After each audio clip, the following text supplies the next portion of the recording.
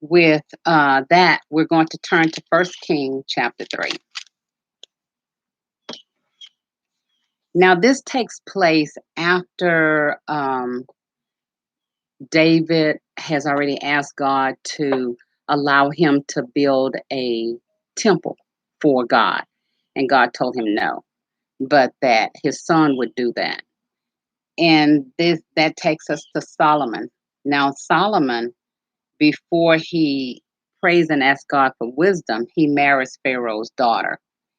And in verse 3 of chapter 3, it says, "And Solomon loved the Lord, walking in the statutes of David, his father. Only he sacrificed and burnt incense in high places. And the king went to Gibeon to sacrifice there, for there that was the great high place. 1,000 burnt offerings did Solomon offer upon that altar. In Gibeon, the Lord appeared to Solomon in a dream by night, and God said, 'Ask what I shall give thee.'" Now, this is after Solomon is so excited about wanting to build a temple for God. He wants to build the temple, and so God asked him, "What is it that you want from me?" Now, I'm telling you, if God came to me in a dream and asked me what I wanted, I don't know if there's enough paper in the world for me to write all the things I would want. But Solomon, in his wisdom, he said this. Um, and Solomon said, "Thou hast showed unto thy servant David, my father, great mercy, according as he walked before thee in truth and in righteousness and in uprightness of heart with thee. And thou hast kept for him this great kindness, that thou hast given him a son to sit on his throne, as it is this day."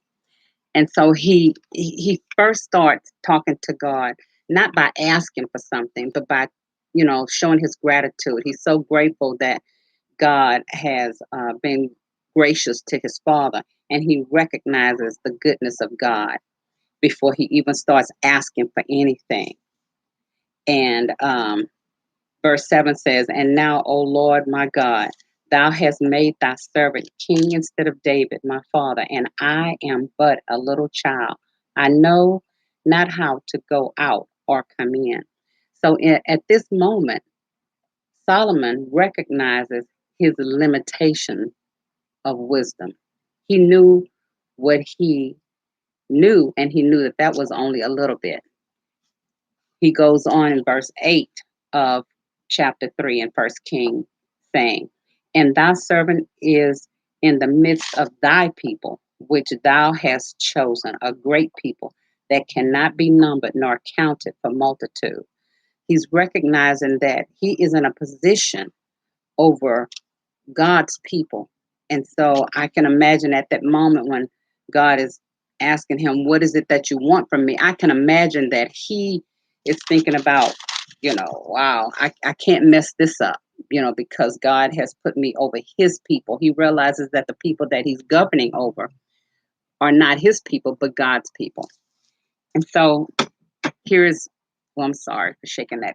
So here is what Solomon does. He says, "Give therefore thy servant an understanding heart to judge thy people, that I may discern between good and bad. For who is able to judge this thy so great a people?" And think about, if he could ask God for anything, he could have asked him for riches, to live forever, um, peace with the surrounding nations, but he asked for wisdom. And that in itself is more valuable than anything you can put a price tag on. And God said unto him, listen to God, "Because thou hast asked this thing, and hast not asked for thyself, and for thy, nor has asked the life of thine enemy, but has asked for thyself understanding to discern judgment." And God is saying, because you want to know how to do right by my people, listen at what I'm going to do for you. He says, Behold, I have done according to thy word. Lo, I have given thee a wise and an understanding heart, so that there was none like thee before thee, neither after thee shall any rise like unto thee. And I have also given thee that which thou hast not asked, both riches and honor, so that there shall not be any among the kings like unto thee all thy days. And actually, even after his days, there were none like Solomon, not with the wisdom that he had and the riches that he had and the honor. But listen to this, what goes along with the wisdom that God gives. He says in verse 14, and if thou wilt walk in my ways to keep my statutes and my commandments, as thy father David did walk, then I will lengthen thy days. So he says, if you will honor me by walking in my way, by walking in my statutes, by honoring me, by doing what I have asked you to do, he said, I'm going to lengthen your days. Not only will you be wise, not only will you be rich, not only will you have honor among men, but you're going to live a long life. He goes on to say, um, and Solomon awoken, and behold, it was a dream. And he came to Jerusalem and stood before the ark of the covenant of the Lord, and offered up burnt offerings and offered peace offerings, and made a feast to all his servants. Made a feast to all his servants. Wow. Now that's pretty wise. If you have people who are working for you, you're going to not just always try to see what you can get, but you're going to give to them and honor them. Now that's wisdom. That is wisdom. Um, and in the verses to follow, um, it talks about, and I want you to read it for yourself, so I'm not going to read it because it's really good. But it talks about two women that go to him uh, for judgment. And it's two women and one baby. It started with two women and two babies. But I want you to go and read that for yourself. It's worth the read. But it just demonstrates Solomon's wisdom. And so I want to turn and go over to, sorry, the wind is blowing. I'm in one of my happy places. So I want you to go to chapter 4, and let's take a look at verse 30, talking about his wisdom. Verse 30 says, and Solomon's wisdom excelled the wisdom of all the children of the east country and all the wisdom of Egypt, for he was wiser than all men. I love it. I love it. Now I want you to skip over to verse 22. It says, and he spake 3,000 proverbs, 3,000 proverbs, and his songs were 1,005. Go on down to 34. And there came of all people to hear the wisdom of Solomon, from all kings of the earth, which had heard of his wisdom. So he was not just impressing the common man, but even those who others thought were wise and had everything going for them. They came to hear the wisdom of Solomon. So wisdom sounds good, and it is good, especially when it comes from God. So why, you might ask, would I say the trouble with wisdom? Let's keep reading. We're going to skip over, and let's go all the way to 1 Kings 9 and 3. 1 Kings 9 and 3. And if you have a paper Bible, I want you to turn those pages, but if you don't, that's okay. Just get on your electronic device and go to 1 Kings 9 and 3. 3 says, and the Lord said unto him, I have heard thy prayer and thy supplication that thou hast made before me. I have hallowed this house which thou hast built, to put my name there forever, and mine eyes and mine heart shall be there perpetually. This is after Solomon builds the temple for God. And God allows him to not just build a temple for him, but Solomon also builds a temple for himself. And then there's a famous place called Solomon's porch. I want you to Google it, read about it, and it's some good information. And so now I want you to see what God does. God makes a covenant with Solomon, and let's just read. I'm going to reread 3. And the Lord said unto him, I have heard thy prayer and thy supplication that thou hast made before me. I have hallowed this house which thou hast built to put my name there forever, and mine eyes and mine heart shall be there perpetually. If thou wilt walk before me as David thy father walked, in integrity of heart and in uprightness, to do according to all that I have commanded thee, and will keep my statutes and my judgments. Listen to what God says he will do.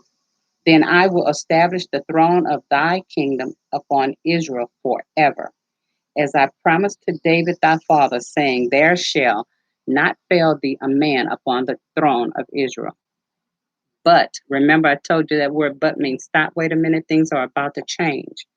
But if ye shall at all turn, if ye shall at all turn from following me, it means turn back and stop following him, ye or your children, and will not keep my commandments and my statutes which I have set before you, but go and serve other gods and worship them. Listen to what God says is going to happen. Now, he's promised him that he's already given him wisdom and riches and honor. But he says, if you shall follow my statutes, if you shall do those things, honor me with your life, not a time will come that someone from your lineage will not sit on the throne.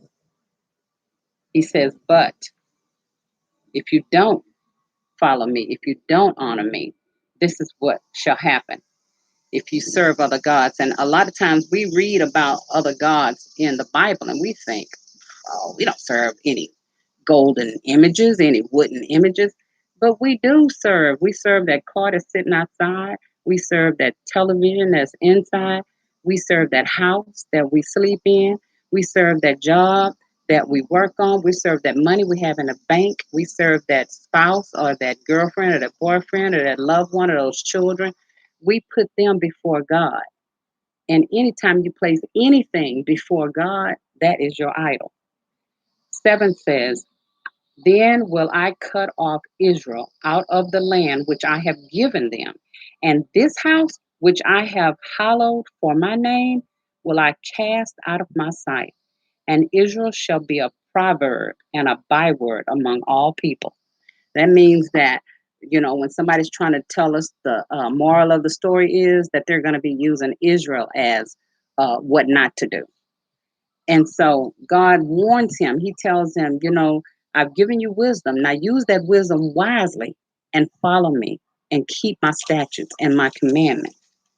It says, verse 9 says, and they shall answer because I'm sorry, I skipped one. Verse 8, and at this house which is high, everyone that passeth by it shall be astonished and shall hiss, and they shall say, Why hath the Lord done thus unto this land and to this house? And they shall answer, because they forsook the Lord. They, who is they? The people that Solomon is leading, because remember, he is King Solomon, so the people are looking at him. So if he stopped following God, if he stopped honoring God, if he stops doing the things that please God, what are the people that are following him going to do? They're going to do the same thing. And so God says that's why it's so important that leaders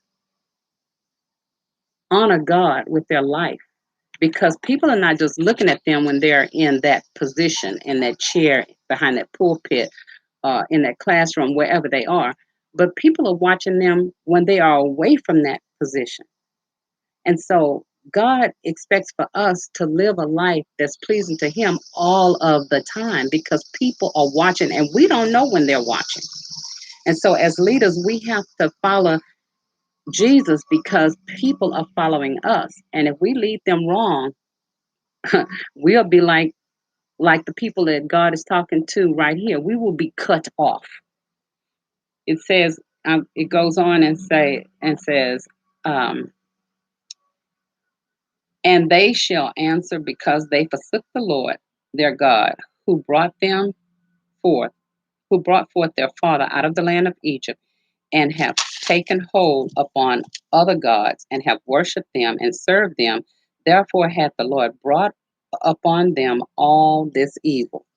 So sometimes when things come in our life, trouble comes, sometimes we need to look back and see, okay, how was I walking? What was I doing? How was I living?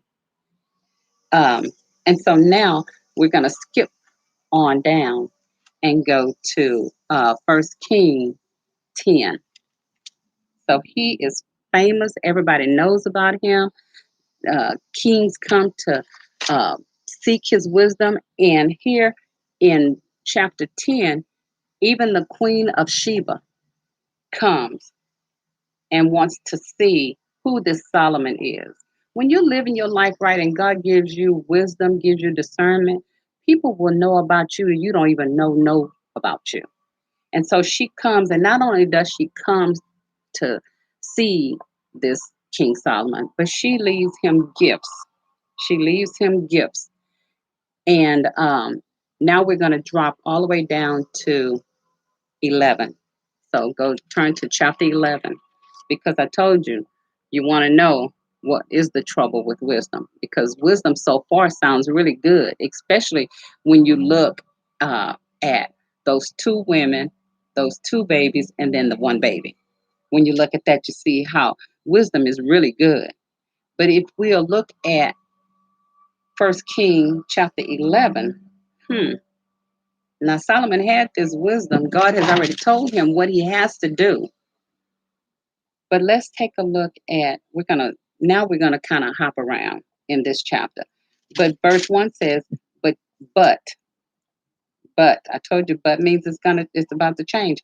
But King Solomon loved many strange women, together with the daughter of Pharaoh, women of the Moabites, Ammonites, Edomites, Zidon, Zidonians, and the Hittites, of the nations concerning which the Lord said unto the children of Israel, ye shall not go in to them, neither shall they come in unto you. And what that means is you can't find you a girlfriend, boyfriend, husband, wife from these people. Listen, it says, for surely they will turn away your heart after their gods. Solomon clave unto these in love. Solomon allowed some women to get him in trouble. The trouble with wisdom. When he was using that wisdom for discerning the matter between those two women, he should have kept that wisdom and used it to help himself choose wisely who to take as a wife and a concubine. But sometimes we allow wisdom to give us the big head, to make us proud, to make us think we got this. But when we allow that to happen, that's when we turn away from following behind Jesus. And anytime you turn away from following him, you just messed up. Solomon just messed up. Because after this, let's skip down to verse 6. It says, well, let's go to 5 first. For Solomon went after Ashtaroth, the goddess of the Zidonites, and after Milcom, the abomination of the Ammonites. And Solomon did evil in the sight of the Lord, and went not fully after the Lord, as did David his father. He messed up. Where's that wisdom now? The trouble with wisdom is sometimes it gives us the big head. And that's what happened to Solomon. Then did Solomon build a high place for, oh my gosh, Shamash. Now, this is a god of the Moabites and the Ammonites. Now, the Moabites and the Ammonites are the descendants from Lot. When Lot and his wife and his two daughters were leaving Sodom and Gomorrah, and his wife turned around and became a pillar of salt, the daughters' husbands didn't want to go. They were going to stay right in the stuff that they loved. And so they went with their father, and they decided to have an ancestral relationship with their father so that they could have some children. And the children from Lot and his two daughters are the Moabites and the Ammonites. And so here we see that God's anger is kindled against Solomon because he went away from him, following some feelings. Verse 9 says, "And the Lord was angry with Solomon because his heart was turned from the Lord God of Israel, which had appeared unto him twice, and had commanded him concerning this thing, that he should not go after other gods, but he kept not that which the Lord commanded." I used to teach teenagers in Sunday school, and I used to tell them all the time, Satan is not going to tell you, come jump off this cliff with me. But what he will do is tell you, just scoot over a little bit so you can see the view. See, nothing happened. Nothing wrong with that. Scoot over a little bit more. See, nothing happened. Scoot over a little bit more. See, nothing happened. And he'll have you scooting until you have fallen into the abyss. And that's what he did with Solomon. Brought him these beautiful women, you know, and I can imagine that they were like, "Was baby, what you gonna give me? What you gonna do for me? Oh, well, why don't you just build this for my God? You can keep following your God. Just do this for my God." And anytime people make you compromise your integrity, compromise your faith, it's time to get up and shake the dust from your feet and get out of there. So I said when we first started, the trouble with wisdom. Nothing wrong with God given wisdom. The trouble is when you start thinking you're so wise, you're so smart that you can make some decisions on your own apart from God, or that you can do this one little thing that God has already told you not to do. Because after all, we like to say He is a gracious God. But if God tells you don't. Okay? So that is the trouble with wisdom.